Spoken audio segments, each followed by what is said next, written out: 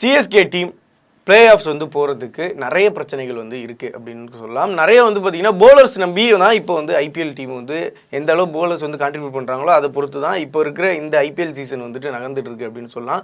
இந்த நிலமையில் வந்து சிஎஸ்கேலேருந்து ஒரு 4 போலர் வந்துட்டு வெளியில் வந்துட்டு போகிறாங்க. ஸோ அவங்க யாருன்னா என்னென்ன ரீசனில் வந்துட்டு போகிறாங்க அப்படின்றதான் அது மிகப்பெரிய பின்னடைவாக சிஎஸ்கேக்கு இருக்குமோ அப்படின்னு சொல்லிட்டு ரசிகர்கள் எல்லாரும் வந்து யோசிச்சுட்டு இருக்காங்க அப்படின்னு சொல்லலாம். ஃபஸ்ட்டு வந்து பார்த்திங்கன்னா பத்திரானா டீமோட வந்துட்டு ஒரு பெஸ்ட்டான ஒரு பவுலர். அவர் வந்து க்ரூஷியலான டைம்லாம் அவர் தான் வந்துட்டு விக்கெட் எடுத்து கொடுப்பார்.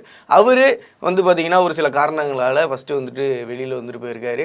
ஸோ அதுக்கு அடுத்ததாக வந்து பார்த்திங்கன்னா திருப்பி வருவாரா இல்லையா அப்படின்றது ஒரு கொஸ்டின் மார்க்காகவே இருக்குது. ரெண்டாவதாக வந்து துஷார் தேஷ்பாண்டே அவர் என்ன இருந்தார், அவர் நல்லா தானே போட்டுட்டு இருந்தார், அவருக்கு ஒன்றும் இல்லையா அப்படின்னா அவருக்கு வந்து ஃப்ளூ காரணமாக அடுத்த ஒரு சில மேட்சஸ் விளையாடுவாரா அப்படின்றதும் டவுட்டாக இருக்குது அப்படின்னு கூட சொல்லலாம். ஆல்ரெடி வந்து முஸ்தபிசூர் வந்து பார்த்திங்கன்னா அவங்க ஊரில் வந்து இன்டர்நேஷ்னல் மேட்ச் ஆடணும் அப்படின்றதுனால முஸ்தபிசூரும் வந்துட்டு லாஸ்ட் மேட்சோட வந்துட்டு போயிட்டார். ஸோ லாஸ்ட்டாக வந்து ஒரே ஹோப் யாருன்னு கேட்டிங்கன்னா தீபக் சகர் மேலே நிறைய ஹோப் வந்து இருந்துச்சு. ஏன்னா தீபக் சகர் இனிஷியல் ஸ்டேஜில் அவர் தான் வந்து விக்கெட் எடுத்து கொடுப்பார்.